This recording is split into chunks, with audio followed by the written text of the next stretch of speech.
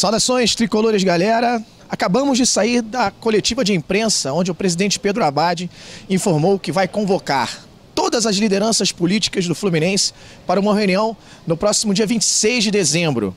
A discussão será para a antecipação das eleições. De acordo com o presidente, ele quer reunir essas lideranças para consensualmente chegarem a uma conclusão de como será feita essa transição.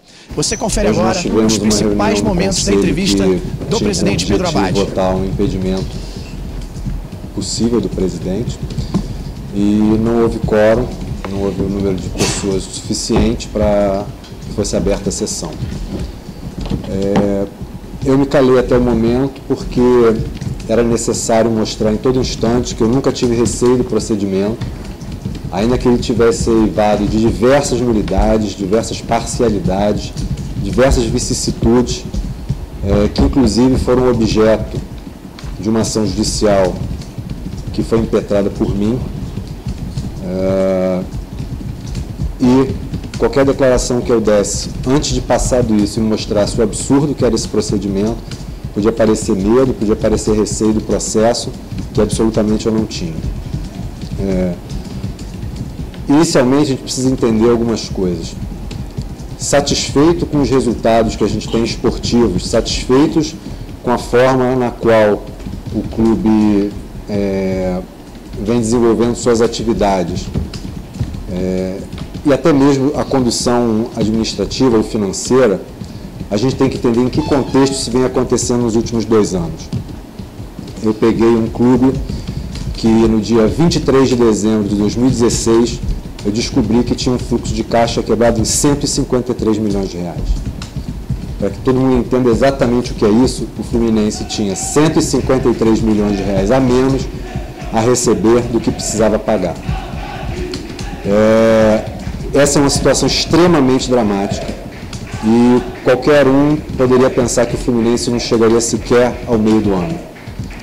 Nós levamos o clube à frente, conseguimos fazer um futebol competitivo em 2017, no primeiro semestre, no segundo caímos um pouco de produção, que é normal num elenco que tem poucas opções por falta de investimento, e em 2018, ainda com restrições maiores do que as que nós tínhamos, sofremos uma penhora de mais de 33 milhões de reais por questões fiscais, que não tiveram motivo na minha gestão.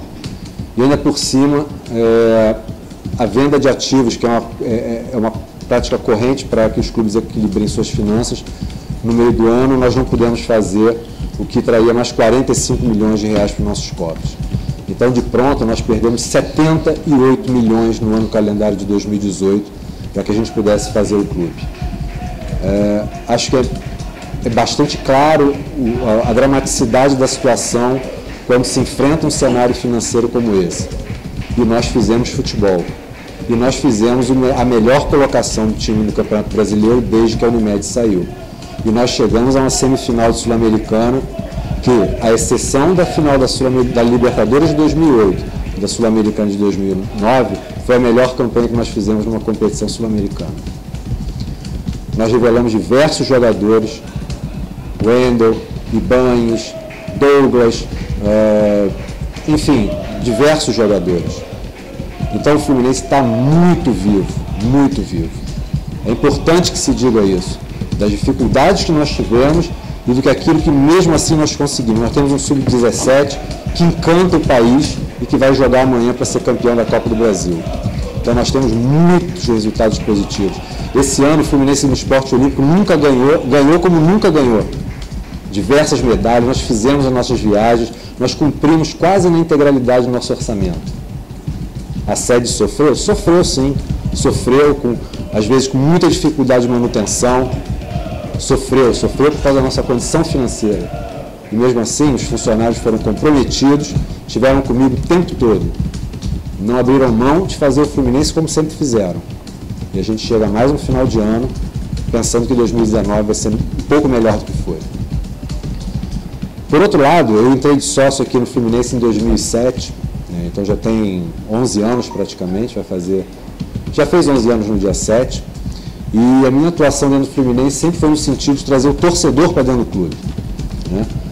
Eu faço parte de um grupo político, me orgulho demais de fazer parte desse grupo político, a FUSócio, que hoje é xingada por pessoas que nem sabem o que estão xingando, não conhecem a história do grupo. E nós quebramos um status quo aqui dentro, onde a gente colocou mais de 1.500 sócios para dentro em um ano e trouxemos o torcedor em 2012 para votar com a criação do sócio futebol. Então eu, pela minha natureza, sou uma pessoa democrática e que quer o sócio e que quer o torcedor dentro do clube, decidindo os destinos da instituição sempre. Sempre fui aos jogos, sempre fui xingado, nunca reclamei do torcedor por causa disso. Ao contrário, sempre pedi apoio ao time, apoio ao clube, nunca a mim. Não se apoia pessoas, se apoia instituições. Entendo que os torcedores e muitos sócios estão insatisfeitos. E volto a dizer, ninguém é mais importante que o clube, que a instituição. Então é por isso que eu venho aqui dizer a vocês que após essa reunião, em que não foi aberta para votação, eu venho dizer a vocês que eu quero devolver o poder de decidir quem vai ocupar essa cadeira a quem efetivamente detém a chance de escolher, que é a Assembleia Geral, que são os sócios. No dia 26 de dezembro, eu vou convocar pessoas que são importantes aqui dentro do clube, como Mário Bittencourt, Ricardo Tenório, Celso Barros, Pedro Antônio. Vou convocar representantes dos departamentos de esportes olímpicos, do clube social, da FUSócio, até mesmo da oposição eu vou chamar, e por deferência ao cargo, ao presidente do Conselho Deliberativo, para que nós possamos fazer uma alteração do estatuto para anteciparmos as eleições aqui no Fluminense. Eu não tenho o menor apelo a esse cargo, eu gosto de fazer o que eu faço, eu tenho certeza que eu fiz aquilo que era possível fazer, com erro e com acertos, faz parte, mas eu entendo que o mais importante do que eu, ou do que as minhas convicções nesse momento, é a paz na instituição, é a calma. Isso aqui, de modo nenhum, pode ser entendido como uma renúncia ao cargo. Não é. Eu continuo comandando o clube e vou fazer todos os esforços jurídicos e de movimentação no clube para que nós tenhamos uma nova eleição o mais rápido possível. De forma que quem vai decidir, quem tem que sentar aqui no meu lugar, vai ser o sócio do Fluminense Futebol Clube, que é quem tem legitimidade para escolher. Nem os conselheiros têm essa legitimidade. Quem tem são os sócios, é a Assembleia Geral, que é o órgão máximo do clube. Então é isso que eu queria dizer a vocês, queria dizer ao nosso torcedor, ao nosso sócio, que eu, a partir de agora, vou começar a formatar uma possibilidade de novas eleições, no menor prazo que for possível, e vou convocar todas as pessoas que têm interesse em participar da eleição como candidato e poderes constituídos aqui políticos dentro do clube, para que nós façamos uma forma segura e de consenso para que a gente organize novas eleições ainda no iníciozinho de 2019. Quanto mais rápido, melhor. E acho que o Fluminense precisa de paz e, como eu disse, a instituição é muito maior do que a convicção de quem quer que seja. Queria fazer um alerta ao torcedor, que muitas vezes é levado, é insuflado a gritar palavras de ordem, que esse movimento que está acontecendo hoje já aconteceu anteriormente. Já houve renúncias de presidente e o que aconteceu foi que o Fluminense foi parar na Série C. Essas mesmas pessoas estão aqui nesse conselho, gritando, ofendendo pessoas, intimidando funcionários, dizendo que mandam mais do que qualquer coisa. Não mandam. Quem manda no Fluminense Futebol Clube é o presidente do Fluminense Futebol Clube. Não é conselheiro, não é sócio, não é ninguém. Quem manda é o presidente do Fluminense Futebol Clube e eu vou garantir a segurança de cada funcionário, de cada colaborador aqui dentro. A partir de agora, eu abro a vocês a perguntas que vocês podem fazer à vontade e a gente vai responder. Muito bem, manifestação então do presidente Pedro Abad aqui na sede do Fluminense. Já já a gente volta para a entrevista coletiva. Ok, André? Presidente, é preciso fazer, de acordo com uma mudança no estatuto do clube para serem realizadas as eleições já no começo do ano? O que é preciso para acontecer para... Isso, é necessário, é uma leitura inicial, que é uma necessidade de incluir disposições transitórias no estatuto, dizendo que a eleição que ocorreria na segunda quinzena de 2019, de novembro de 2019, vai ocorrer num período diferente. Há outras questões a serem debatidas sobre, enfim, sobre composição de conselho, enfim, mas isso não é o que eu quero falar agora, porque a proposta tem que ser um consenso. Se não houver o consenso num período muito curto de tempo, eu vou colocar a minha proposta e eu mesmo, com o poder que o Estatuto me confere, convoco a Assembleia de forma a atender o interesse do sócio e do torcedor de ter um novo presidente. Presidente, a preocupação da torcida também, até agora com essa novidade, né, do senhor trazendo essa informação, está com a formação do elenco, a formação do planejamento do futebol para a temporada 2019. Como é que o senhor observa esse inteirinho aí, a montagem do elenco, a renovação dos jogadores, para atrair novos atletas para o Fluminense? Como é que o senhor planeja essa transição? Para início de conversa, eu preciso dizer a você que essa ideia que eu estou na cabeça não é nova, ela já existia uma ou duas semanas, uma semana e meia antes do final do Campeonato Brasileiro, e quando nós fomos buscar a primeira peça para o nosso elenco, que é o treinador, eu conversei com o Fernando, expliquei a ele a situação, disse que isso era uma possibilidade muito forte de acontecer, mas que ao mesmo tempo eu havia consultado as diversas pessoas que poderiam vir a ser o novo presidente, todas elas concordaram com o nome do Fernando. Então o Fernando aceitou vir mesmo sob essa condição, ele sabia disso, não é do meu feitio deixar as pessoas sem informação, então ele sabia disso e veio. A montagem do elenco necessariamente precisava passar pelo Fernando, porque ele é um treinador que tem um jogo muito específico e é necessário que os jogadores se encaixem de alguma forma nisso. Isso atrasou alguns dias na montagem do elenco, mas a gente agora continua com força total. Hoje já foi um dia de muito trabalho no CT e isso não altera em absolutamente nada, porque a gente tem uma estreia dia 19 de janeiro e a gente tem que ter um elenco para jogar e a gente vai montar um elenco competitivo com certeza. Presidente, por que o senhor chegou a essa decisão, o que levou a tomar essa decisão?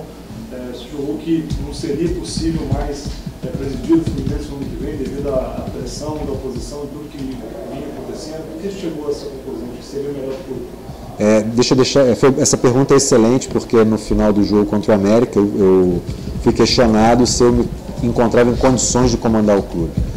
Reitero, eu tenho total condição de comandar o clube. Eu tenho absoluta certeza do que eu venho fazendo. Existem erros, claro, a gente erra, é normal, é atividade humana, mas eu sei para onde o clube tem que caminhar. Nós temos dois projetos importantíssimos em curso. Um é o projeto do novo estádio, que por determinação minha não teria informações divulgadas enquanto não fosse algo absolutamente concreto para o torcedor, não criar nenhum tipo de marola indevida, e um processo e um projeto de reestruturação de todo o nosso passivo.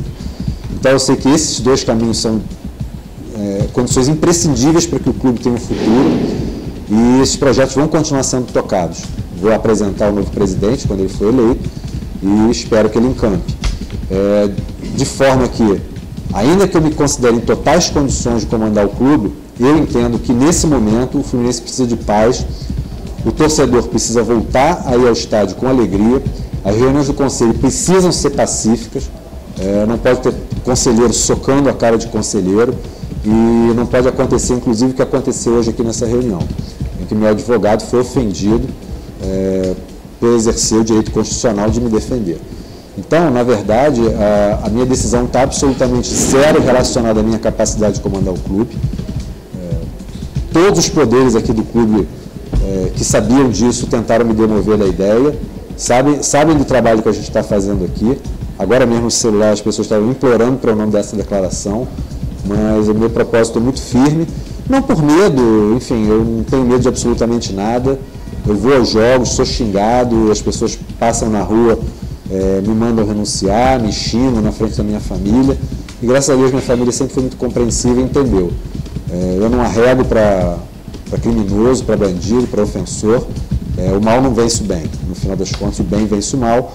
E eu acho que o bem, nesse caso, é a gente passar uma régua em tudo que está acontecendo. Temos um novo presidente, com um novo clima, com nova vibração, para a instituição poder seguir mais firme, mais forte, e é isso que foi o meu drive de decisão. Presidente, o senhor no início comentou sobre o cenário financeiro. No dia 23 de dezembro, quando o senhor assumiu aqui o Fluminense, falou um valor até de 170 milhões, não sei, foi nessa faixa, o senhor falou que era um valor astronômico, que o cenário terrível, calamitoso. Mas o senhor foi presidente do Conselho Fiscal na gestão... Vinícius, essa pergunta a gente já falou diversas vezes. Assim, eu estou falando, o assunto que a gente está falando aqui é o assunto sobre esse. Sim, eu podia fazer aqui um play, real, fast forward para várias declarações que eu já dei, Vinícius. Essa pergunta é requentada, eu já cansei de falar, assim, é repetitivo, que o presidente do Conselho Diretor, que é o presidente do clube, assina o documento que ele quiser. E não é obrigado, à exceção de poucas operações, a levar para o Conselho Fiscal. Então, se você encontra um documento que não foi levado a você, você não tem como saber. Eu encontrei documentos que não tinham um carimbo jurídico. Eu encontrei documentos que não estavam registrados na contabilidade. Então, isso acontece. Você chega aqui e você pode perguntar para o presidente do Conselho Fiscal se ele sabe tudo que está acontecendo aqui. Tudo que ele sabe aqui eu comunico a ele. Inclusive, uma das questões, as questões que as pessoas traziam para reabrir as contas do presidente Peter eram todas infundadas. A questão realmente importante que levou fui eu, o presidente do Conselho Fiscal. Então, esse papo de que o presidente sabia, além de já estar para lá de datado, já foi muito explicado que não faz o menor sentido. O presidente assina o que ele quiser assinar e até as operações que são obrigatórias do presidente do Conselho Fiscal ter ciência, ele pode fazer e não ter a ciência. E também vale lembrar que o presidente do Conselho Fiscal é apenas um cargo dentro do Conselho Fiscal. Qualquer conselheiro do Conselho Fiscal pode ter acesso aos documentos com as mesmas prerrogativas do presidente. Então, os outros 2 membros também podiam ter acesso a tudo. E os vice-presidentes que estavam na época também. Então, tem uma porção de pessoas que, entre aspas, poderiam estar sabendo, e a única pessoa que é cobrada sou eu. Apenas porque eu fui o sucessor do presidente Peter, só por causa disso. Então, Vinícius, essa pergunta já passou. A questão do estádio, o senhor falou do estádio novo. Agora, deixa a outra pessoa fazer uma pergunta e depois a gente volta. Presidente, em que medida a tua vida pessoal foi afetada por conta de toda essa confusão? Assim? O senhor mesmo mencionou, está na rua, está no shopping, aí não vai, não xinga, não reclama e tal. Isso pesou em que medida para o senhor também amadurecer essa decisão? Olha, na verdade, é quando você é colocado em situações extremas que você descobre quem você é na verdade, né? Então, eu descobri em mim mesmo uma resiliência que eu não acreditava que tivesse.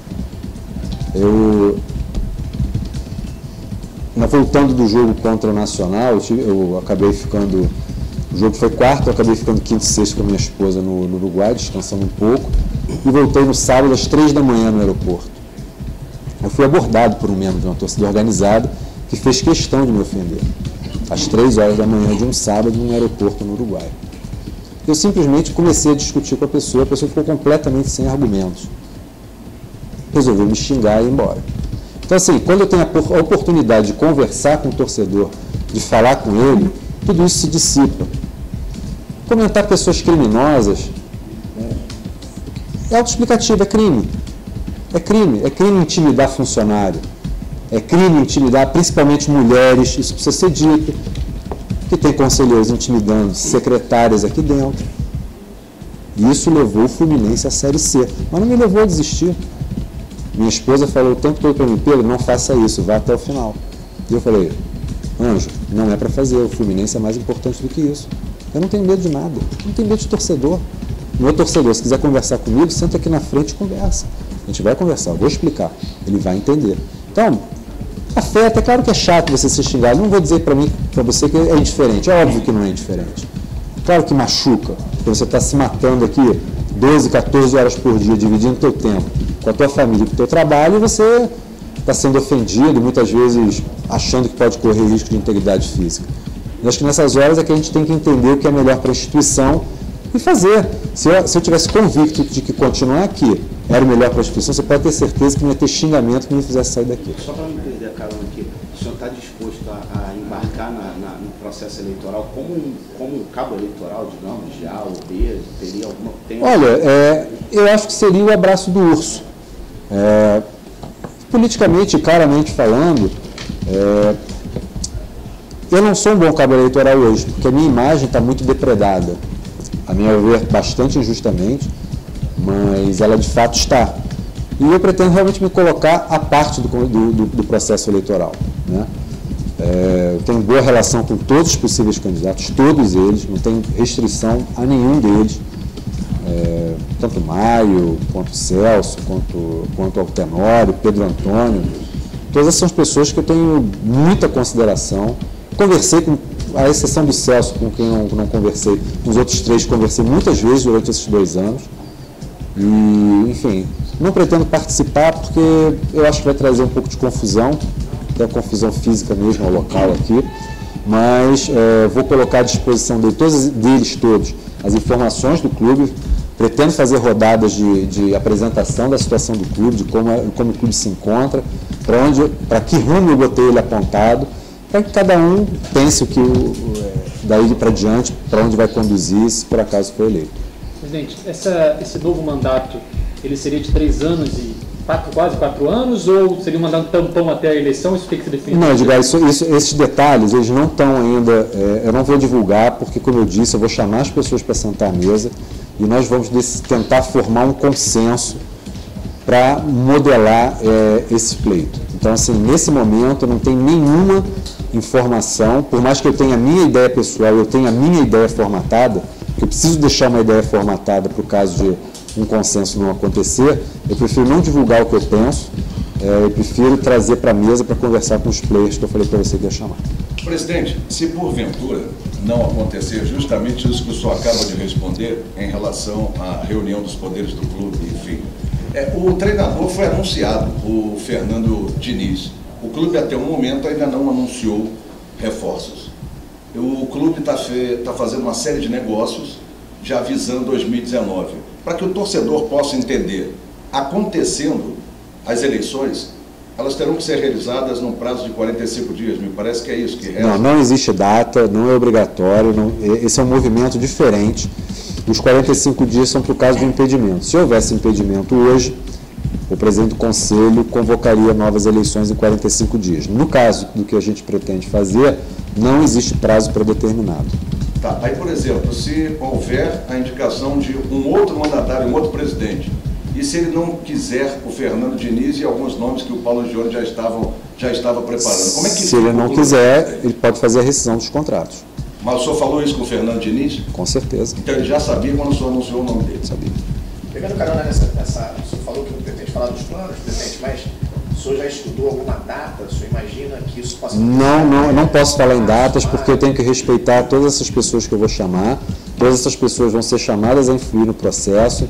Eu tenho muita confiança de que, em prol do clube, as pessoas vão saber dialogar e chegar a um acordo para que a gente faça um processo político de transição calmo, sem atrapalhar o rendimento, não só do futebol dentro de campo, você está falando muito de futebol, mas a gente tem diretrizes de esporte olímpico, a gente tem uma sede para cuidar, a gente tem um CT, a gente tem xerém, a gente tem projetos importantes para tocar, e isso não pode ter solução de continuidade. A gente tem que fazer um processo de transição tranquilo, e o consenso é sempre a melhor forma de a gente conduzir. Presidente, desse período que o senhor assumiu a direção do clube, o senhor se arrepende de alguma coisa que o senhor fez? Arrepender, claro, a gente comete erros, fica remoendo por que eu errei, por que eu fiz, mas a verdade é que a gente acertou muito também. Então, assim, o episódio das demissões foi muito ruim, eu já admiti meu erro, não tenho medo nenhum de admitir meus erros, isso para mim, na minha opinião, foi pior.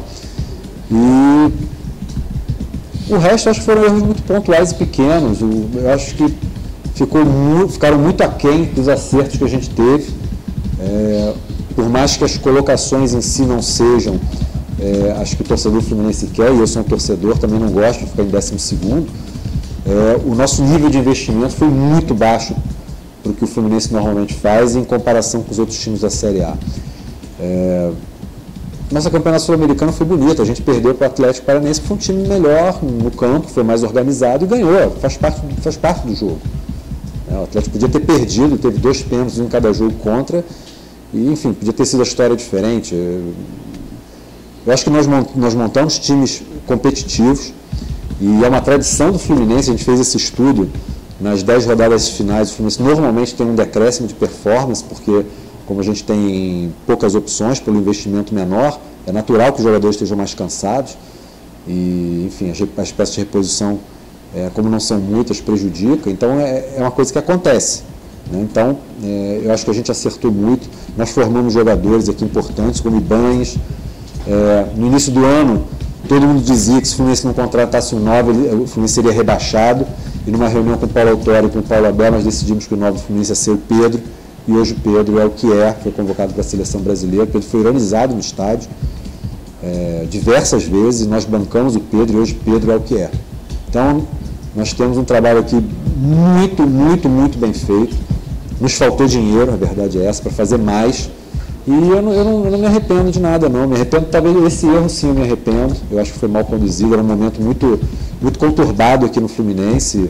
Muitas pessoas me aconselhando de forma ruim. E tinha havido a prisão dos dois meninos, do Felipe e do Arthur. Aquilo, confesso que mexeu comigo mesmo, eram pessoas muito queridas. E foi um mês ruim para a gente. E disso eu me arrependo, mas do resto eu não me arrependo de nada. Presidente, boa noite. Boa noite. Muito provavelmente vai ouvir ou já ouviu a contestação em relação a essa sua ideia de que uma alteração no estatuto para valer imediatamente ela não pode ter validade. A alteração deveria valer só no outro mandato para não haver casuísmo, enfim. Você já parou para pensar nisso? Já, claro. Casuísmo é quando você faz algo para se beneficiar. Eu tenho tempo de mandato, o mandato é meu. Eu estou resolvendo que as coisas podem ser diferentes. Então, na verdade, a gente tem que preservar os direitos de todo mundo, na medida do possível,